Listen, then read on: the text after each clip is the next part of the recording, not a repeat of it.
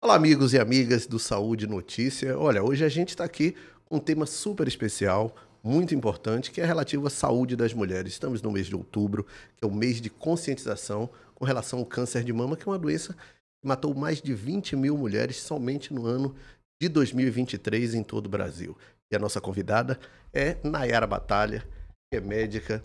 Ela vai conversar com a gente sobre isso, sobre esse tema que é muito importante. Ela é mastologista e cirurgiã oncoplástica. Seja bem-vinda.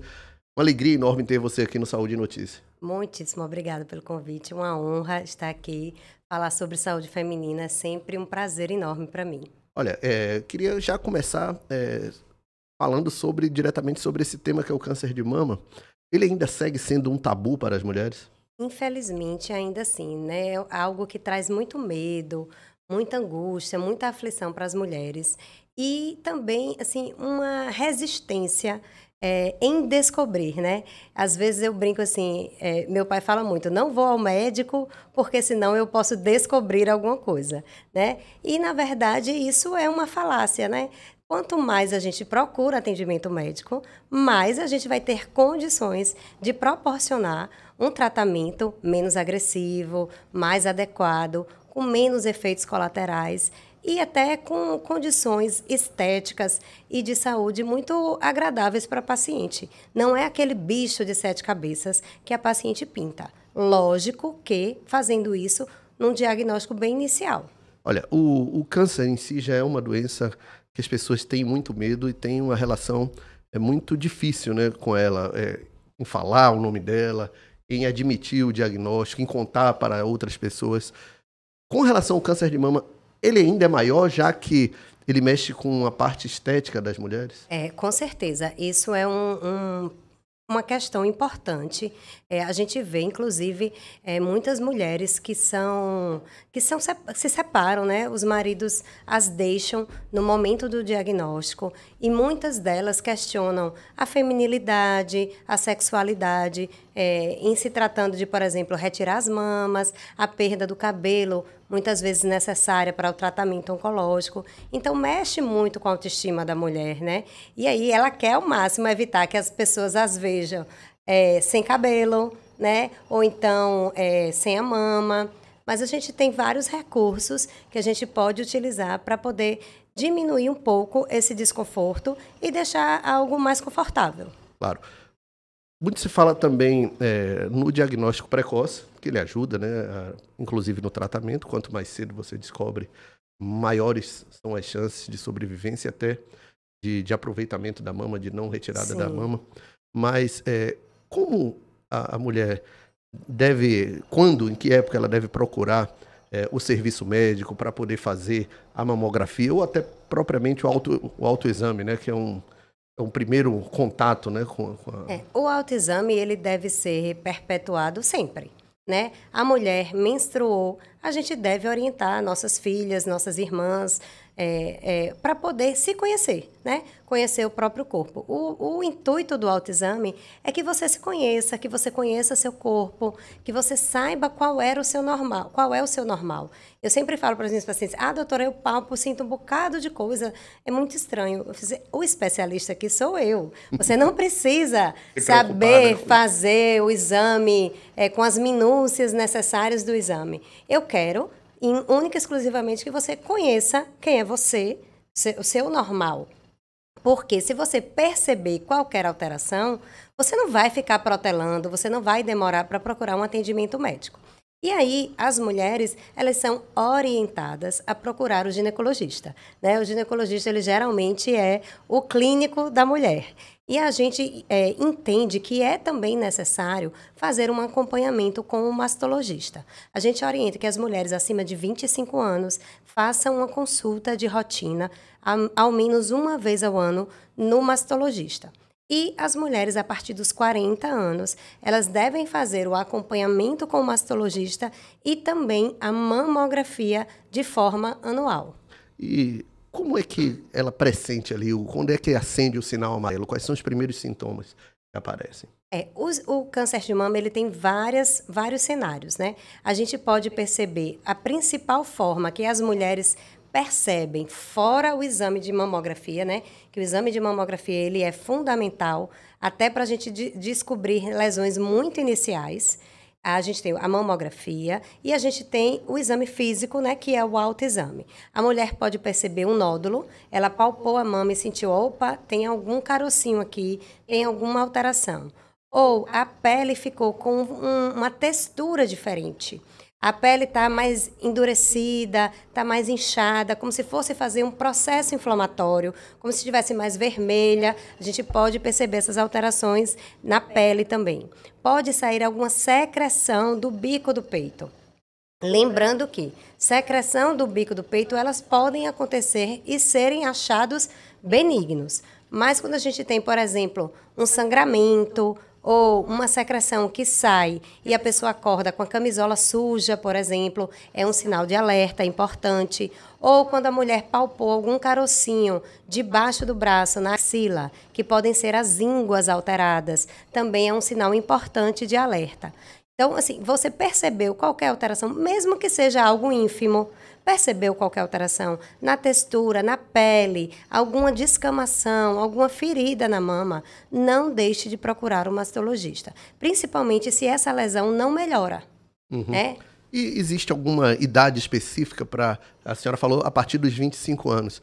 Mas com qual frequência e com qual idade o câncer de mama atinge mais as mulheres?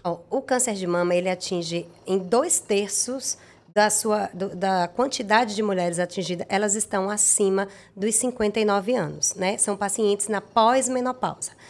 1/3 dessas pacientes são pacientes abaixo dos 50 anos, né? Dos 59 anos, na casa dos 50 para baixo.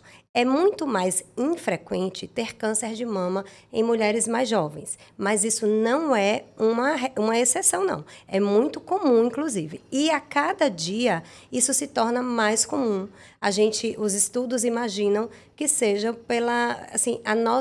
nosso estilo de vida atual, né? Muito mais mulheres obesas, muito mais mulheres estressadas, sedentárias, sobrecarregadas, e isso pode estar trazendo reduzindo a incidência, falando de idade, para câncer de mama. Então, assim, a paciente que eu tenho, a paciente mais jovem, ela tem 22 anos. E a paciente mais velha que eu tenho, que eu já operei, tem 99 anos. Então, veja, ele vai acometer mulheres em todas as idades. Acima de 50, 55 é muito mais comum. E me diga uma coisa, você falou sobre essa questão emocional. Abala bastante o diagnóstico, a doença. A mulher chega a ficar doente quando tem problemas emocionais, quando tem certas fragilidades, mas há também herança genética com relação ao câncer de mama? Sim, a herança genética, ela perfaz cerca de 5 a 10% dos cânceres de mama, eles têm um caractere genético. Isso quer dizer o quê? É uma alteração no seu DNA, uma alteração genética que sua mãe ou seu pai passou para você. Isso é um aspecto hereditário.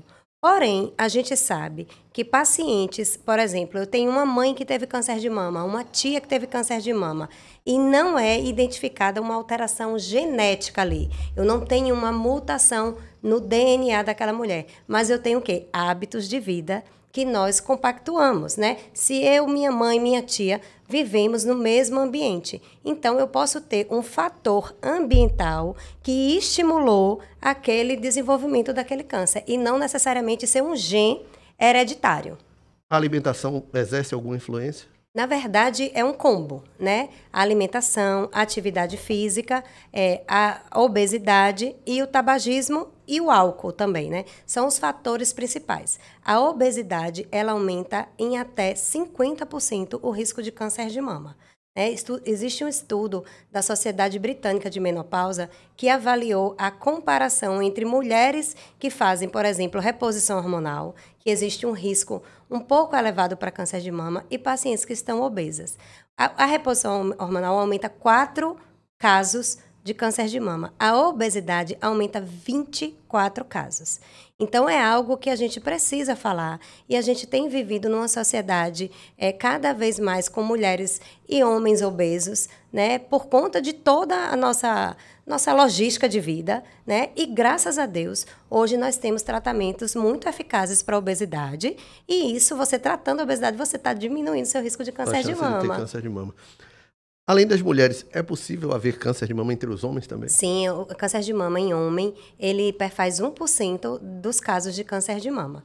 Ou seja, de 100 mulheres, um homem vai ter câncer de mama. É muito mais raro, mas é sim frequente, tá? A gente tem, assim, eu tenho alguns homens com câncer de mama. Não pense que homem não pode ter câncer, né? E a gente também tem um fator hereditário, como você tocou nesse assunto da hereditariedade, né? A gente tem uma hereditariedade, um fator genético muito mais importante no homem. Todas as vezes que um homem tem câncer de mama, ele necessita investigação genética, porque existe muito mais forte esse fator aí hereditário. Como se dá o tratamento hoje? Quando a pessoa é diagnosticada, a partir do diagnóstico, quais são as etapas de tratamento do câncer de mama? O tratamento do câncer de mama, ele é um combo, uma equipe multidisciplinar. Né? O paciente chega, ele faz o exame de imagem, né? A ultrassom, a mamografia, a ressonância. Ela vai fazer uma biópsia de mama. Depois desse diagnóstico, a gente vai definir, a depender daquele resultado, se ela vai fazer quimioterapia ou se ela vai para a cirurgia. Às vezes a gente precisa fazer quimioterapia primeiro, às vezes a gente precisa operar primeiro. E aí, depois dessa quimioterapia, dessa cirurgia, a gente tem algumas etapas que podem ou não serem realizadas, que é a hormonioterapia, a imunoterapia e a radioterapia. Então, é um combo de diversas especialidades focadas em uma única doença. E vale salientar que cada paciente vai ser encaixada aí de uma forma, sim, não necessariamente você vai passar por todas essas etapas de tratamento tendo câncer de mama. Você pode passar por algumas. A etapa obrigatória sempre será a cirurgia. A quimioterapia vai depender, a hormonioterapia vai depender, a radioterapia também, assim como as terapias-alvos e as imunoterapias. Houve algum avanço nesses últimos anos, doutora Nayara, com relação à parte estética?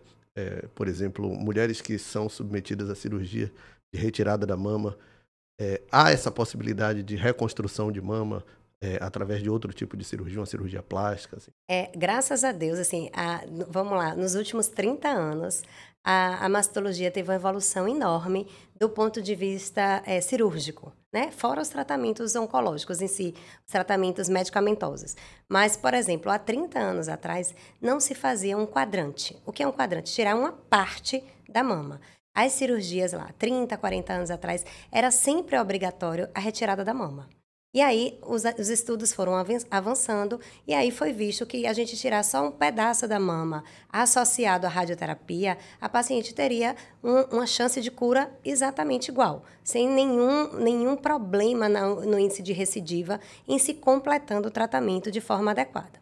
E aí foi se evoluindo um pouco mais, e hoje a gente tem o que é o suprassumo do tratamento cirúrgico, da mastologia, né, do câncer de mama, que é a cirurgia oncoplástica. Isso. Que são técnicas de cirurgia oncológica, né, que é a cirurgia do câncer, associada a técnicas de cirurgia plástica.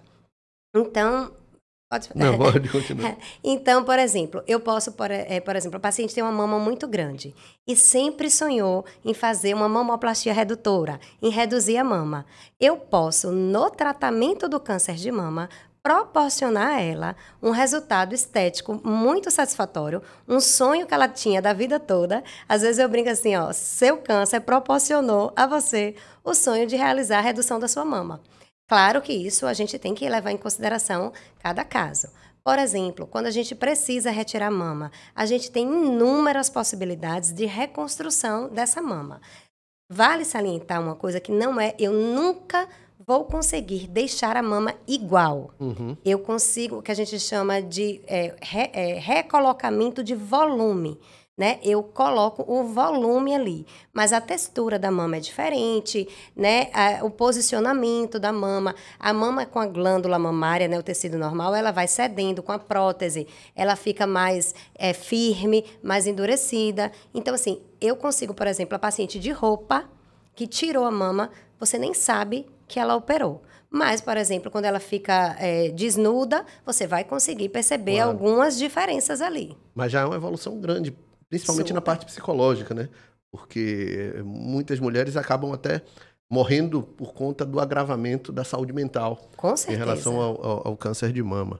Eu sei porque já acompanhei na família da gente um caso de câncer de mama e que praticamente, além do câncer, claro, a tristeza agravou muito o quadro. Com certeza, né? Você ter, assim, você não se enxergar mais, né? Como mulher, né? Você ter uma distorção da sua imagem, né? Achar, porque, por exemplo, assim, a paciente chega, Gabriel, ela sempre fala assim, ai, doutor, eu quero me livrar disso. Eu sei que você quer se livrar disso, eu também quero que você se livre disso. Mas hoje, você não está pensando na sua parte estética. Você quer se livrar daquele problema. Sobreviver, né? Isso. E aquele problema vai acabar. Uma hora ou outra ele vai acabar. Ele passa. Eu vejo isso todos os dias. E aí, a parte estética vai lhe fazer falta, né? Você vai sentir diferença.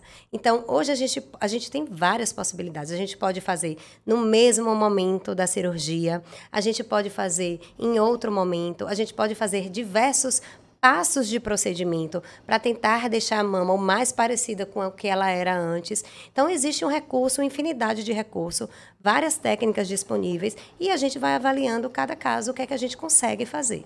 E essa cirurgia, ela é acessível para as pessoas? Fala assim em termos de valores. Na verdade, assim, o SUS, eu trabalho no serviço do SUS, nas obras sociais Irmã Dulce. Eu fiz minha formação médica lá e desde então eu trabalho lá e eu faço essa cirurgia semanalmente. Todas as semanas eu faço alguma cirurgia desse tipo. O SUS já dispõe, né, no serviço público. Não é em todo o serviço e não é toda técnica que ela é disponível, porque, como eu falei, existem minúcias específicas. Os convênios de saúde, muitas vezes, liberam alguns procedimentos e, outras vezes, eles não liberam esse procedimento e a paciente tem que arcar de forma particular. Mas, eu sempre falo assim, o preço das coisas é o valor que ela tem para a gente, né? Às vezes, a gente tem do SUS ao privado. Então, a gama de serviço, ela é inúmera, imensa, e a depender do que você precise, eu consigo oferecer no SUS ou eu consigo oferecer no serviço privado. Então, do ponto de vista acessível, ela é acessível. Há muitas mulheres, né? A grande maioria das mulheres. Mas nem todo mundo vai poder fazer também, né? Do ponto de vista técnico. E também nem todo mundo vai ter acesso àquela tecnologia específica, por exemplo, no SUS. Porque o que é que o SUS preconiza? Um volume de atendimento muito grande. Então, se eu pego uma tecnologia muito cara e eu disponibilizo no SUS, eu reduzo a quantidade de pessoas assistidas, né? Recentemente, o governo federal, através do Ministério da Saúde, anunciou a incorporação de um medicamento para o tratamento do câncer de mama ao próprio SUS. Como é que vocês da área médica veem essa notícia? Eu acho que é uma notícia importante, já que facilita, né, o tratamento de muita gente. Na verdade, assim, infelizmente, a gente tem ainda um atraso nessas burocracias de liberação, né? A gente sabe que a paciente que tem um acesso a um serviço privado, ela vai ter um acesso às tecnologias de forma mais rápida, né? Então, se eu já tenho, por exemplo, uma paciente que tem condições financeiras para proporcionar um tratamento, e veja, eu estou falando condições financeiras, vírgula, porque o tratamento do câncer de mama é um dos mais caros para os tratamentos do câncer, né? Então, é algo de montantes expressivos quando a gente inclui tudo, né? As medicações são medicações de alto custo, de doses de 30, 40 mil reais uma dose de medicação. Então, não é uma coisa barata. Quando o SUS traz isso para as pacientes, a gente só faz comemorar e agradecer.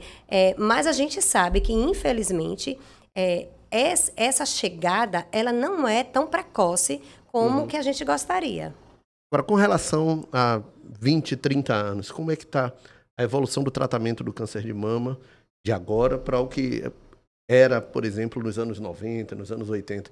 A gente sabe que muita gente morreu, a taxa de mortalidade era muito maior há 20, 30 anos atrás, e hoje deu uma reduzida, não está ainda o ideal, né? Mas deu uma reduzida. Eu queria saber se houve uma evolução nos tratamentos para que houvesse essa redução do número de óbitos. As técnicas cirúrgicas, como eu falei anteriormente, elas evoluíram muito, isso é primordial, e a gente também tem tido muitas aprovações em estudos científicos de novas medicações. A gente tem uma gama de classes de medicações, inclusive pensando nos efeitos colaterais, que era algo assim que antigamente era muito temido pelas mulheres. As pacientes faziam quimioterapia e elas ficavam acamadas.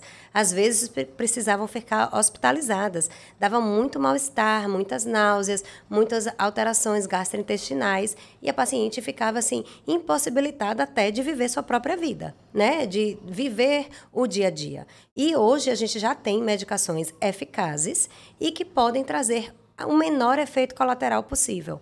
A gente também tem algumas técnicas de resfriamento do couro cabeludo para evitar ou reduzir a queda do cabelo, que isso tem um impacto importante na autoestima da mulher. Então, existem muitas evoluções, tanto de classes de medicações que surgiram, quanto de efeitos colaterais dessas medicações.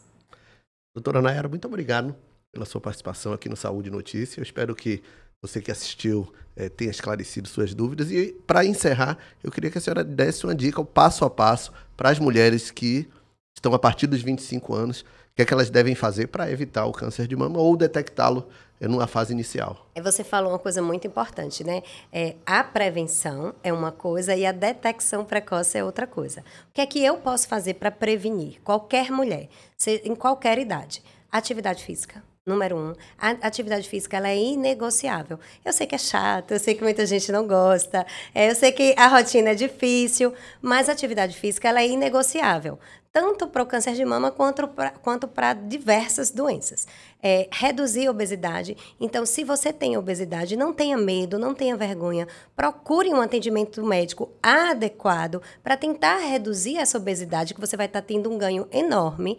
Faça seus exames de forma periódica e consulte um mastologista.